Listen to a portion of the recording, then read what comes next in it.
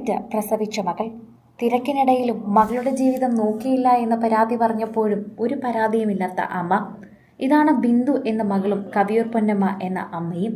ആ മകൾ ഇതുവരെ ആ അമ്മയെ അവസാനമായി ഒരു നോക്ക് കാണാൻ പോലും എത്തിയിട്ടില്ല. അത്രയേറെ വേദന ഉണ്ടാകില്ലേ ആ അമ്മയുടെ മനസ്സിൽ? അത്രമാത്രം വേദന തുളുമ്പുന്ന കാഴ്ച തന്നെയാണ് അവിടെയുള്ളത്.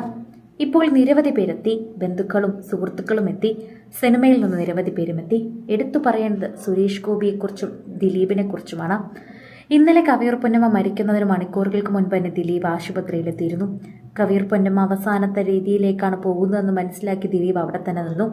രാത്രി മുഴുവൻ അവിടെ തന്നെ നിന്നു. ശരീരം വീട്ടിലേക്കും പൊതുദർശനത്തിലേക്കും എത്തിക്കുന്നതിനും കൂടെ തന്നെ ഉണ്ടായിരുന്നു. എല്ലാത്തിലും ചുക്കാൻ പിടിച്ചത് സിനിമയിലെ മക്കളാണ്. ദീപു എന്നാണ് കവിയൂർ പൊന്നമ്മ സ്നേഹത്തോടെ ദിലീപിനെ വിളിക്കുന്നത്. സുരേഷ് ഗോപിയെ വിളിക്കുന്നത് മന്ത്രിമോനെന്നും. വളരെയധികം സ്നേഹത്തോടെയാണ് ഇവരെ അഭിസംബോധന ചെയ്യാറുള്ളത്.